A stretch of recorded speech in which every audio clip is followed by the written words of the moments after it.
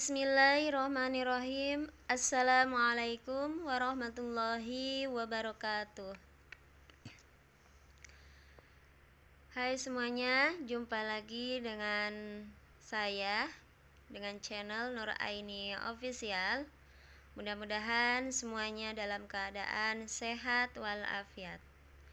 Oke teman-teman, ini saya mau share ya. Ini adalah salah satu tugas PPG ya, awal mulai PPG. Jadi diberikan tugas ya. Nah, ini salah satunya tugas saya pada saat mengikuti PPG Bahasa Arab. Oke ya, ini tugas analisa materi problem based learning, yaitu permasalahan yang diambil dari pada saat mengajar. Pada saat mengajar kan kita menemukan permasalahan ya dalam belajar bahasa Arab. Oke, kita deskripsikan ya nanti. Ini kelompok mapel yaitu bahasa Arab, modul Fiqh Lugoh dan ilmu lugoh yaitu ilmu bahasa. Modul ini ya nanti ketika mengikuti PPG ada modul ilmu nahwu, ilmu shoroh, balagoh ya. Jadi itu per modul kita diberikan tugas. Kita dituntut untuk membaca ya, membaca modul yang ada di aplikasi. Kita dituntut untuk baca dan kemudian kita analisa, mencari permasalahan yang kita hadapi di kelas. Masalahnya yaitu kesulitan siswa dalam belajar bahasa Arab, baik dalam mempelajari kosakata dan kalimah. Yang pertama, mengidentifikasi masalah, yaitu permasalahannya yang pertama melafazkan bunyi mufrodat. 2. Mengelompokkan mufrodat dari jenis muzakkar dan muannas. Yang pertama itu kan siswa kesulitan melafazkan bunyi mufrodat. Bisa jadi karena dia kesulitannya karena lidahnya kurang ini ya, maksudnya cadel gitu ya, atau kurang pendengaran, bisa jadi ya. Yang kedua, mengelompokkan mufrodat dari jenis muzakkar dan muannas. Jadi dalam bahasa Arab ada muzakkar ya, ada suatu kata untuk muzakkar, ada untuk muannas. Muzakkar itu adalah suatu benda untuk yang tidak ada tak marbutohnya atau untuk laki-laki ya. Misalnya muzakkar itu kitabun, itu tidak ada tunnya maka termasuk muzakkar. Muannas adalah untuk perempuan atau benda yang ada tunnya, misalnya kurosatun ya. Nah, itu kan ujungnya ada tunnya ya. Ketiga, mengelompokkan kalimat pada bentuk jumlah ismiyah dan fi'liyah. Dalam suatu kalimat bahasa Arab itu ada jumlah ismiyah, ada jumlah fi'liyah.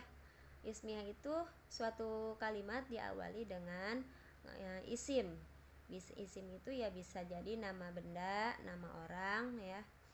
Yang fi'liyah itu adalah suatu kalimat yang diawali dengan kata kerja. Yang keempat, menerjemahkan makna mufrodat dan kalimah. Siswa mengalami kesulitan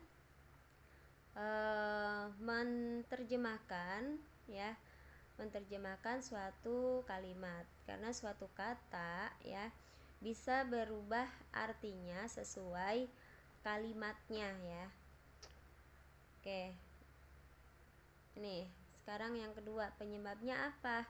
Penyebabnya adalah yang pertama, siswa kesulitan menirukan bunyi mufrodat yang telah dibacakan. Yang kedua, sulit memahami arti mufradat. Ketiga, kesulitan siswa dalam menyusun arti yang sesuai dari sebuah kalimat. Keempat, keterpengaruhan bahasa ibu. Bahasa ibu itu adalah bahasa yang kita gunakan sehari-hari, yaitu bahasa yang kita gunakan dari sejak lahir ya. Kita lahir kan kita diajarkan berbicara. Nah, itu adalah bahasa ibu namanya. Yang kelima, kurangnya motivasi belajar. Ya, apalagi sekarang kan saingannya HP ya. Jadi keminat belajar itu kurang. Yang keenam, belum menguasai huruf hijaiyah. Oke, nah sekarang solusinya bagaimana? Yang pertama, berdasarkan kita kaitkan dengan teorinya. Yang kedua, langkah-langkahnya yang harus diambil adalah ini teorinya. Yang pertama adalah tata bunyi. Aspek tata bunyi sebagai dasar untuk mencapai kemahiran menyimak dan berbicara. Kurang mendapat perhatian dan fokus yang memadai. Tujuan mempelajari agar dapat memaknai kalimat bahasa Arab. Pada prosesnya biasanya lebih pada belajar pada penghafalan kaidah-kaidah tata bahasa dan penerjemahan kata demi kata harfiah.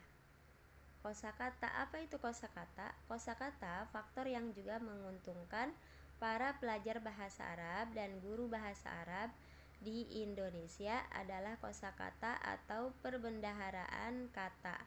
Hingga kini sudah banyak kata dan istilah Arab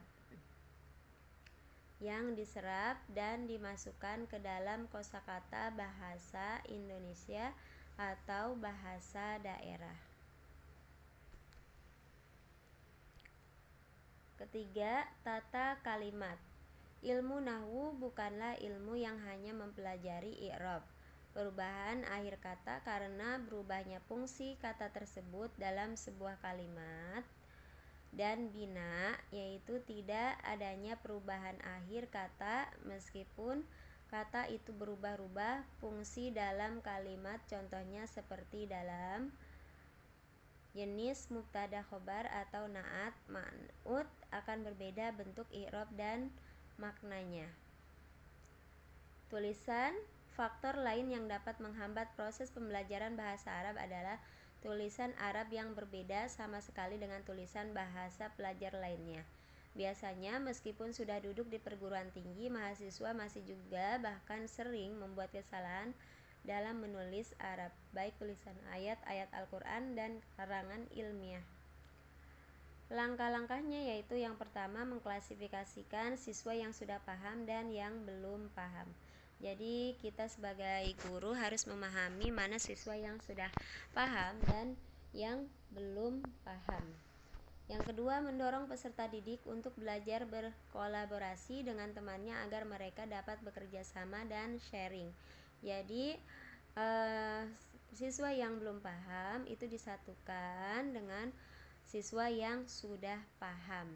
Jadi dibuat kelompok ya. Oke, yang ketiga, membentuk kelompok-kelompok peserta didik di mana masing-masing kelompok akan memilih dan memecahkan masalah perlu pendalaman materi yang intens.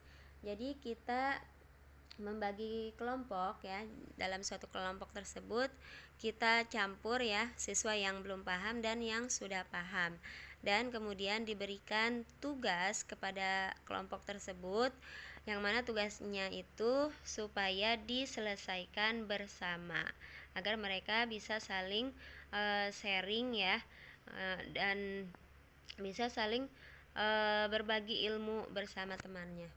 Yang keempat, guru memberikan teks mufradat dan kalimah yang sama kepada setiap kelompok, kemudian siswa disuruh membaca dan menirukan kembali bunyi mufradat dan kalimah yang diucapkan guru. Nah, yang keempat adalah guru memberikan teks mufradat atau suatu kalimat kepada kelompok tersebut.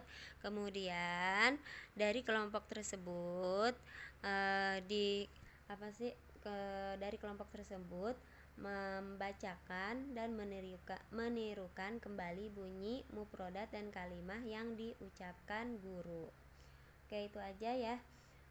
sharing dari saya, kurang lebihnya mohon maaf ya apabila penjelasannya ada yang salah. Billahi taufiq walhidayah. Wassalamualaikum warahmatullahi wabarakatuh.